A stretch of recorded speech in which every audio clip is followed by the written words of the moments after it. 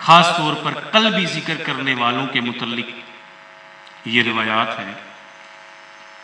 جس وقت اللہ تبارک و تعالی تمام مخلوقات کو اکٹھا فرمائے گا تو جو اللہ کا ذکر کرنے والے ہوں گے، خاص طور پر قلبی ذکر کرنے والے، اللہ تبارک و تعالی انہیں سبز رنگ کے پر عطا فرمائے اور وہ پلک جھپکنے کی میعاد میں اڑتے ہوئے جنت کی دیواروں کے اوپر سے جنت میں جا بیٹھیں گے. اب آپ بیٹھے ہیں محفل میں، اب کوئی ہوا سے اڑتا ہوا آ جائے، ہر بندہ دیکھے کہ بھائی ہو آ رہی ہو، کون ہو تم، کدھر سے آئے ہو، سیڑھیوں سے تو نہیں آئے، ہوا سے اڑتے ہوئے آ گئے، کون ہو بھائی، اڑ تو فرشتے سکتے ہیں، تم انسان ہو کے اڑ رہے ہو، بتاؤ اپنا تعارف کراؤ. تو وہ کہیں گے جناب وی آر مسلم، ہم مسلمان ہیں. فرشتے حیران ہوں گے، بھائی چنگے مسلمان نے بوئے ڈسی کلوتے ہیں تو اڑ کے آئی جاندے. وہ ان سے پوچھیں گے کیا آپ حساب کتاب سے فارغ ہو چکے؟ کہیں گے ہمارا حساب تو کسی نے بھی نہیں دیا. وہ اور حیران ہو جائیں، ایک دوسرے کو دیکھیں گے یہ کون لوگ آ گئے. پھر ایک فرشتہ سوال کرے گا اچھا یہ تو بتاؤ پل صراط طے کیا کہ نہیں؟ وہ کہیں گے بھائی ہم نے پل صراط بھی نہیں دیکھا. جیسے پر ملے پلک جھپکنے میں جس طرح بجلی کڑکتی ہے فوراً آسمان سے نیچے، ایسے فوراً ہم تو جنت میں آ گئے. وہ کہیں گے اچھا تو پھر تمہیں مبارک ہو کہ اتنا بلند مقام تم نے حاصل کیا، بتاؤ کیسے حاصل کیا؟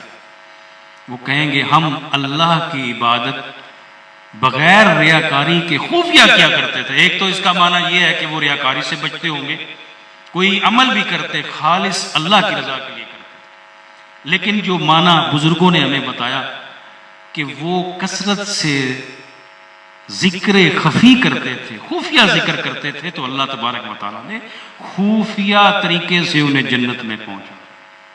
دوسری روایت حضور علیہ السلام نے فرمایا افضل الذکر الخفی، ذکر خفی افضل ہے. کتنا افضل؟ 70 گنا افضل ہے ذکر زبانی سے.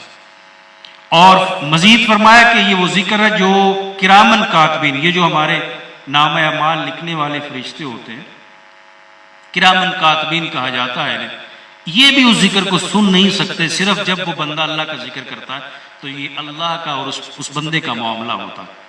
اب معاملہ کیا ہوگا، میں اس کا مفہوم سمجھا دوں تو آپ جلدی سمجھ جائیں. ایک شخص کو بارگاہ رب العزت میں حاضر کیا جائے، یہ شخص ہے، ادھر سے اس کے کرامن کاتبین بھی اس کے کھاتے لے کر آ گئے، جناب اٹھاتے لائے، رب کی بارگاہ میں کھاتا پیش کیا. رب تعالیٰ فرمائے گا فرشتوں کیا اس کی کوئی ایسی نیکی تو نہیں جو لکھنے سے رہ گئی ہو؟ عرض کریں گے مالک جو جانا یاد کیا سو ثبت کر دیا، اب کوئی ایسی نیکی نہیں جو لکھنے سے رہ گئی ہو. رب اس شخص کو مخاطب کر کے فرمائے گا اے شخص، اے ابن آدم، تیری میرے پاس ایک ایسی نیکی ہے جسے تو بھی نہیں جانتا، آج میں تجھے اس کا صلہ عطا فرماؤں گا. تو میرے حضرت بیان فرماتے کہ اس وقت اللہ تبارک و تعالی اس کے گناہوں کو بھی معاف فرما دے گا اور اس کے گناہوں کو نیکیوں میں تبدیل کر دے گا اور اسے جنت الفردوس میں جگہ عطا فرما. یہ معنی ہے اذکرونی فی الدنیا اذکرکم فی الآخرہ، دستگیری کیجیو میرے خدا، نہ کوئی تا کوئی دم نہ ہوں میں تجھ سے جدا، دم بدم کرتا رہوں تجھ پہ فدا، مدعا تجھ سے یہی ہے اے خدا، ہو زباں پر ذکر دل میں ہو حضور، ماں سوا تیرے یہ دل ہو سب سے دور، نور وحدت کر دے مجھ پہ آشکار، مدعا تجھ سے یہی ہے پروردگار. فرمایا اذکروا فی الخلوات اذکرکم فی الفلاوات، تو مجھے خلوتوں میں یاد کر میں تجھے جنگل بیابانوں میں یاد کروں. کیا مانا؟ جب تم تنہائی میں بیٹھا ہو، موبائل بھی ٹچ موبائل بھی اتنا بڑا تیرے ہاتھ میں ہو، دل کرے موبائل آن کروں اور مختلف قسم کی دنیا سے منسلک ہو جاؤں، فیس بک، یوٹیوب، انسٹاگرام اور مختلف قسم کے چینل کو ٹٹولوں، دنیا میں دیکھوں کیا ہو رہا ہے، لیکن پھر دل کہے نہیں نہیں اللہ کا ذکر کر، اس کو چھوڑ، یہ تجھے رحمان کی طرف لے جاتے ڈوج دے کر شیطان کی طرف لے جائے گا، تجھے پتہ بھی نہیں چلے گا۔ ساری رات گزر گئی اور میں بیٹھا تھا مولانا صاحب کا بیان سننے، لیکن دیکھتا تو ساری رات کچھ اور رہا۔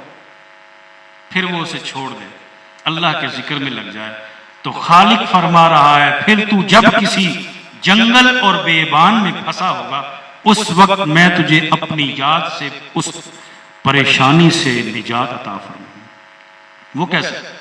ہر ایک بزرگ اپنا واقعہ بیان فرماتا ہے، بہت توحید کے پکے، رب رسول کو ماننے والے اور ہر وقت کثرت سے اللہ کا ذکر کرنے والے، شریعت کی پابندی کرنے والے، کہتے ہیں مجھے ایک سفر درپیش ہوا، میں سفر پر روانہ ہوا، کچھ دور جانے کے بعد شاہراہ کے عین وسط میں ایک کنواں تھا، مجھے معلوم نہ ہو سکا، میں اس کنویں میں جا گیا اور وہ خاصا گہرا کنواں تھا۔ رب کی کرنی یہ ہوئی کہ میں اس کے پانی میں تو نہ ڈبکیاں مار سکا، ڈوب سکا، بلکہ ایک اونچی سی منڈیر تھی، میں اس منڈیر میں جا کر پھنس گیا۔ لیکن ایک طرف جب کنویں کی گہرائی کو دیکھتا تو سر چکرا جاتا، اور دوسری طرف اوپر کی جو بلندی تھی وہ بھی خاصی تھی، نکلنا محال تھا۔ کہتے میں اللہ کے ذکر میں لگا رہا، کیونکہ میں نے اپنے مشائخ سے سنا تھا جب بندہ اللہ کا ذکر کرتا ہے تو اللہ اس کے ساتھ ہوتا ہے۔ اب میں ذکر کر رہا ہوں، مجھے معلوم ہے میرا رب میرے ساتھ ہے، ذکر جاری ہے۔ ایک قافلہ آیا، انہوں نے جب دیکھا کہ شاہراہ کے وسط میں یہ کنواں بنا ہے، ایک نے کہا کہ ہو سکتا ہے کوئی مسافر اس میں گر جائے، تو بہتر یہ ہے کہ اس کے ارد گرد جو ہے ہم دیوار کھڑی کر دیں تاکہ آنے جانے والے کو یہ معلوم ہو کہ یہ کنواں ہے، لوگوں کا جانی نقصان نہ ہو۔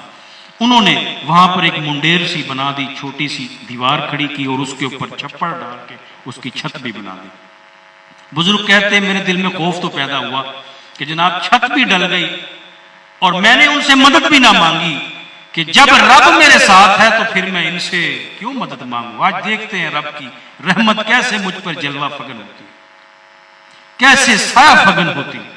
کہتے میں سارا دن ذکر میں لگا رہا، نیچے دیکھوں گہرائی ہے، اوپر دیکھوں اونچائی ہے، میں بیچ میں پھنسا، نکلنے کا کوئی راستہ نہیں۔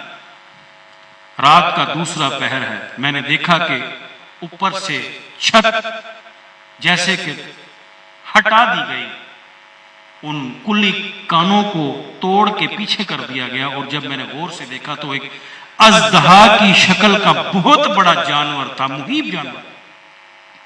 پہلے تو خوف دل میں پیدا ہوا شاید یہ مجھے نگل جائے گا، لیکن پھر اللہ کا ذکر کرتا رہا، تار ملی، رب نے فرمایا نہیں یہ تو تیری مدد کے لیے آیا۔ اس اژدہے نے اپنی دم نیچے لٹکائی، میرے پیٹ سے لپیٹی، مجھے کھینچ کر اس کنویں سے باہر نکال دی۔ اللہ اکبر۔ کہتے میں نے دیکھا وہ اژدہا فوراً مجھے باہر نکال کے غائب ہو چکا، دور دور تک اس کا کوئی نام و نشان نظر نہیں۔